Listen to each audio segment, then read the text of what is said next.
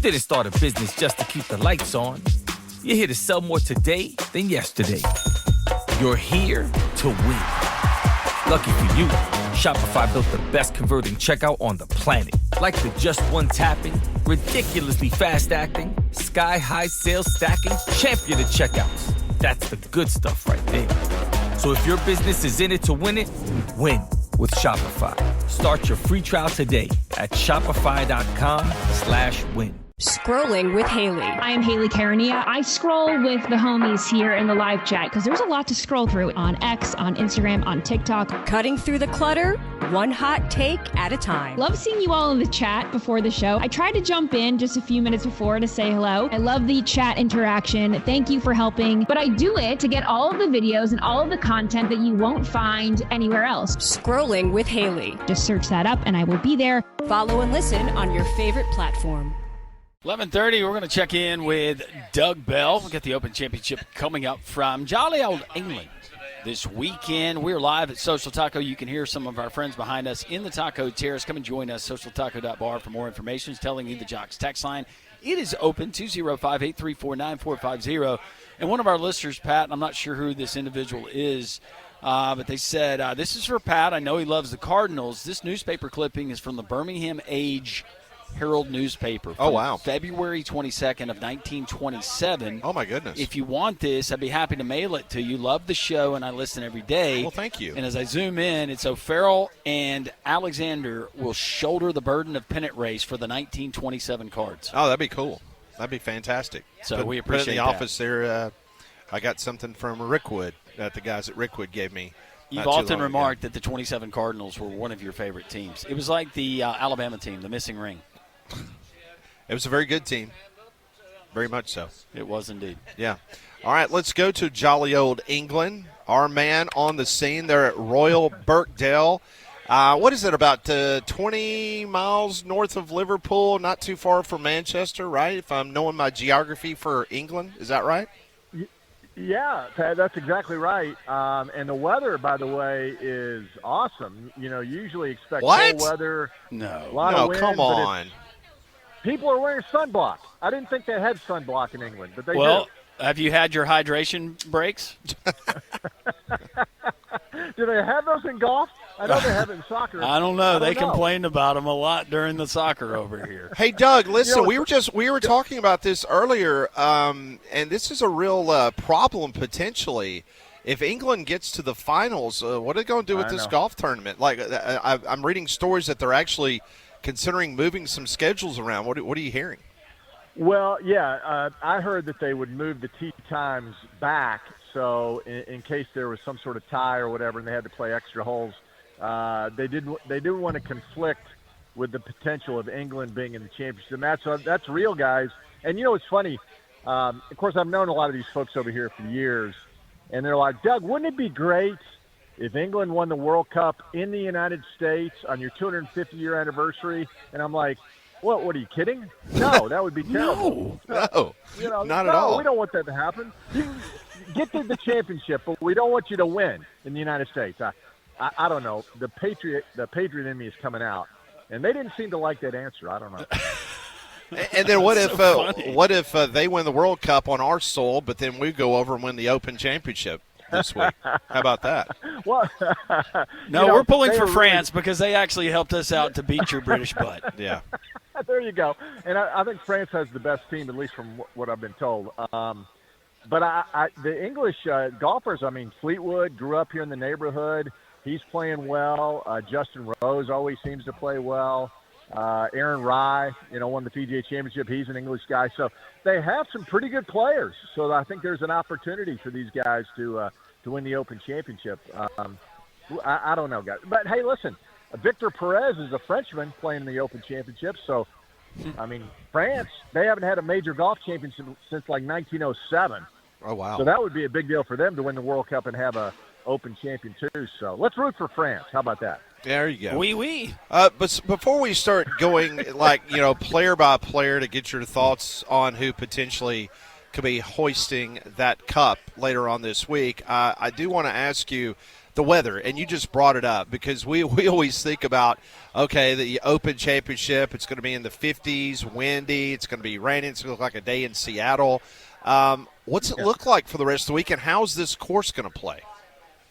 Well, right now it looks like there's no rain in the forecast, and it's really, really dry, and things are already kind of brown. That's kind of what you get when you get over here in this rotation. These courses kind of bake out. So it's really brown. You guys will see it on television.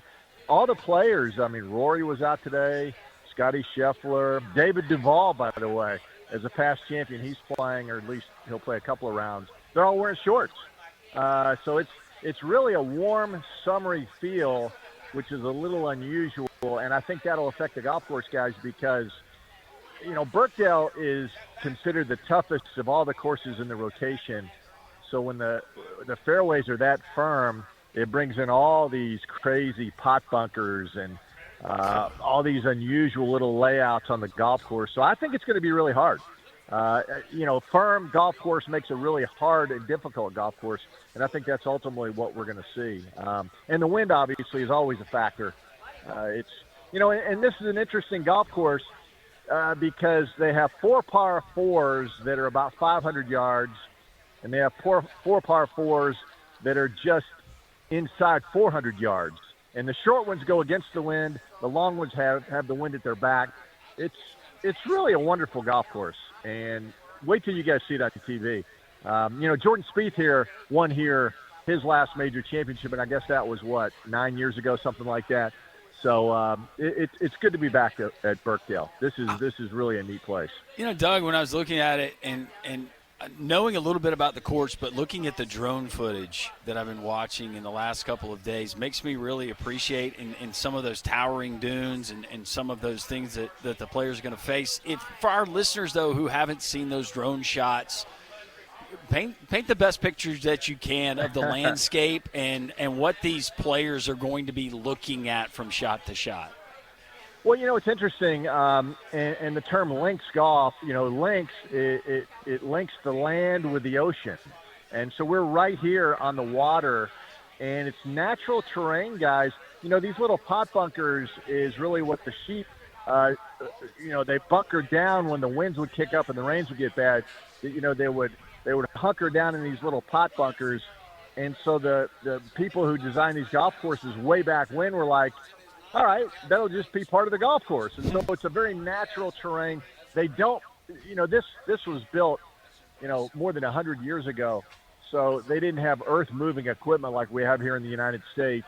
And so it's natural, it's brown. You can hardly tell the difference between the fairways and the greens. It just kind of all flows together. And that's why when these guys, you'll see them off the front of the green maybe 15, 20 yards, and they may be using the putter. They may be using their maybe a fairway wood to chip it. They may be using a 3-iron. So ingenuity really comes into play at this Birkdale layout, and it truly is. What we want in an Open Championship, something entirely different, and that's what we're getting this week. And it's just so different than American golf. You know, we love the lush green fairways with the thick rough. And you see from those drone shots, Landrum, it's beautiful, elevated greens. The bunkers are this white chalky sand. It's kind of like, wow, that is so beautiful. But that's not Royal Birkdale. And so it's completely different. And to me, it's really, really fun and fascinating. And I think that's why American golfers love coming over here and playing because they don't get to do it but once a year, or maybe twice a year. Last week was kind of a links course, but nothing quite like we had this week at Birkdale. And quickly, just one more point. And you're mentioning just the natural topography and how the course is laid out. You have something that's so scenic and so beautiful and picturesque, like where it's located. I think more courses and more course designs, and you probably see this in some of those more picturesque places that we have in the world, you just naturally kind of let the golf course flow with the landscape instead of, you know, building something that's an eyesore. It's beautiful the way that they've integrated it. It's breathtaking. And, you know, it's interesting, too. You know, friends of mine have been over here for weeks, you know, playing in Ireland, playing in Scotland. playing these wonderful courses where the people are just so outgoing and so cool. Birkdale's a very private golf course, and the only time these great players get to see it once every 5 years. They don't allow just anybody to come and play Birkdale. So that's why when you see it on television this week, appreciate it, because this is not only one of the old iconic courses on the Rota, but we just don't get to see it very often. And so that's why I think the great players in the world, a guy like Rory McIlroy, he says, I want to play golf courses I don't get to play very often. And you're talking about one of the great players of all time. And when he says something like that, you have to really appreciate it. Because the great Rory McIlroy is excited about playing Birkdale this week because he simply doesn't get to play it very often. Doug Bell joins us, CBS Sports HQ, also PGA Tour Radio Network. You can hear him this weekend as he's there in England, the Open Championship. So let's talk about Scotty Scheffler.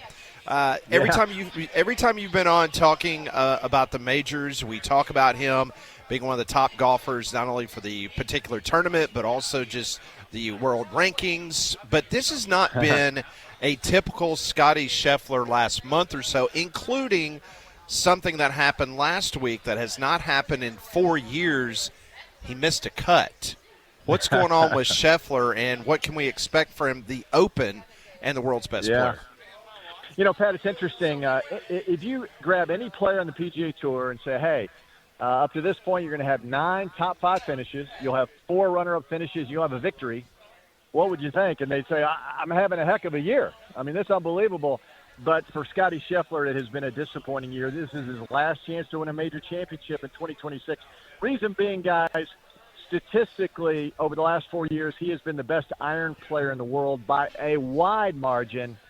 But statistically, that gap has closed between him and the rest of the field, and it just happens. You can't keep that level of play forever, and the fact that he's not close enough to the holes to have legitimate birdie looks has affected. And proximity last week when he misses the cut was outside 30 feet, and for him that is highly unusual. So. Again, the key to winning at Birkdale, because of all the crazy bounces you're going to get, your iron play has to be superb. And we'll see if somehow he can find it, guys. I don't think he will. He's just a little bit off. Still leads the PGA Tour in scoring average, but he's about a shot worse than he was the last few years. And you're thinking, well, that's not terrible, right? Well, it is for him, because when you think about it, that's 4 shots per tournament. He has 4 runner-up finishes where he's lost by 1 shot in each one of those tournaments. So he's just a little off, and we'll see what happens. I just don't think you can just hit the button and suddenly get that iron play back. So I think he'll make the cut, but I don't think he's going to win this week. And I think it'll be a winless major year for the great Scotty Scheffler, which is a little different. Yeah. But again, it just shows you the fine line in golf. He has 9 top 5 finishes, guys. 4 runner-ups lost by a shot. So he's been there, just hasn't crossed the finish line this year. And it happened. It happened to Jack, who had a nice run. Happened to Tiger, obviously. And I'm not saying he's never going to win again. But and he still has the playoffs in the FedEx Cup. But as far as major championships, I just don't think he's going to get it done this week. Doug, you're always so good at identifying those golfers that we can keep our eyes open. Maybe they're not those guys like Scheffler and McIlroy at the top of the Vegas board. Who are some of those guys you've identified that could have a magical weekend? Well, Russell Henley, and again, we're going to Southeastern Conference, right, guys? Yes. Media days like next week, I think. It is. Monday in Tampa. Next week. Yep. There you go, in Tampa. Oh, my in goodness. Tampa. We'll see you there. I probably won't make that one. But Russell Henley, University of Georgia, is in the prime of his career, guys, and he's 40-1. 40-1. I think that's a really good bet. And also Harris English, another former University of Georgia guy, who's in the prime of his career, and he's contended at the Open Championship. He's 50-1. Okay. Justin Thomas. 50-1, guys. So you're getting Okay. some pretty good players. Are you about to give me Sepp Straka too? I always give you Sepp, don't I? Well, because you guys see him at the grocery store. You always like. I was staying SEC here. Yeah. Well. Yeah. Yeah, well, that'd be another Georgia guy. I think that would be crossing the line if I had 3 Georgia guys in the picks. So that's true. Russell Henley really playing well. Harris English, I think sooner or later he's going to be one of those guys when you look back at his career. Hey, he has double-digit wins, and you know what? He did win that one Open Championship at some point, and I think that could happen this week for Harris English. So those are just some of the long shots, guys. And listen, if you're really looking for a guy though that would be an incredible story, Tommy Fleetwood grew up in the neighborhood here as a kid. He jumped over the fence and snuck on the golf course as a kid. And he would get, just like kids today, he would get the golf balls, the golf gloves, the autographs, the hats. They love him here. I mean, he's a local, and he's never won a major championship. And he's one of the favorites. I mean, you look at the top 5 guys, I think he's 3rd or 4th in the odds. But I think that would be a really cool storybook finish to Tommy Fleetwood for him to get his first major at the course in the neighborhood where he grew up. He's so compact with his swing. He's so compact with that swing, choking down on that driver. I like to watch him play. Yeah, I love his swing. And, you know, he is really a dynamic guy. Very friendly, great smile. His persona just kind of it attracts young people and obviously the ladies and that sort of thing. But he's always very outgoing, signs a ton of autographs. So I'm kind of rooting for Tommy Fleetwood. I think that would really be a cool story. Since you're across the pond, are you wearing a white belt? I feel like that's appropriate if you're over there. No, you know, that's funny, Landrum. I do not have a white belt. You know what? I knew you didn't because you know how to dress. Doug Bell would not be caught in that white belt. No. I've never had a white belt my whole life. Yeah, I can't say that's I showed up to play with a guy one day, and he was wearing a white belt, and I was like, man, no offense, but you need to be a lot better golfer if you're going to wear that. Yeah, no doubt. Yeah, I mean, and the big belt buckle and a white belt, you better be good, man. You better be like Scratch or better. Hey, before I let you go, Doug, I want to ask you about the weather over there because it has been a big story, and with most of the places over there without air conditioning, or at least in private homes. So I am curious, are you trying to teach our old brethren there on the English Isle about you being a good old Southern boy and used to heat and humidity, and they just need to get over it? I mean, what are they griping about? I don't know what they're griping about. You know, it's funny, guys. I stay in a house. They always run a house for us, and I'm always the last one to get over here. And for some reason, when I walk into the house, everybody's picked their bedrooms, right? I always have, like, the little girl's room. It's always pink. It always has, like, posters on the wall of, you know, somebody, a singer or something. And I'm like, thank you. And you know, I'm a tall guy, so, like, my ankles hang off the bed. Yeah. So I'm like, thanks, guys. I really appreciate it. And, oh, by the way, there's no air conditioning, and it's hot this week. That's awesome. That's the family that has the kids that just graduated high school, and then the night of red wine, and then they go, whoops, look, well, hey, that spare office, that's going to be her room. And that's Doug's room when he goes over there. That's my. And then the TV. I mean, I have no idea how you get a channel on that's worth watching, and you got to pay for any sort of sports channel. So, I mean, thank goodness for the USA. Absolutely. You know, I don't care what you say. We're the best country in the world. Yeah. We are. There's no doubt. Well, Doug, as always, man, we love your coverage all year round, but especially when we get majors time and we get a chance to talk with you. So thank you. You're awesome, Doug. Thank you so much for all you do for Three Man Front and just outstanding golf coverage on the PGA Tour Network and also there on the CBS Sports Network. Look forward to catching up with you again very soon. Hopefully see you one day soon. Yeah, absolutely, guys. Cheers from overseas. Thank you, Doug. Take care. Safe travels. That is Doug Bell joining us on the Higginbotham Hotline. Higginbotham is your one-source solution for insurance, financial, and HR services. After that great discussion with Doug there in Liverpool, we'll get to your text. Text line is open. We continue. We're live from Social Taco, and it's turned into a beautiful day here at Homewood on Jocks. Jim Rome takes on sports. I will always have a complicated relationship with this game, but people evolve. So do sports. Do not make me regret this. Do not make me devolve back to that guy that so many clones wish that I still was. And do not embarrass the entire country. Now, I can go back. I can get there fast. Lose tonight, and you got a real problem. Do not blow it. The Jim Rome Show podcast. You've been warned. Follow and listen on your favorite platform.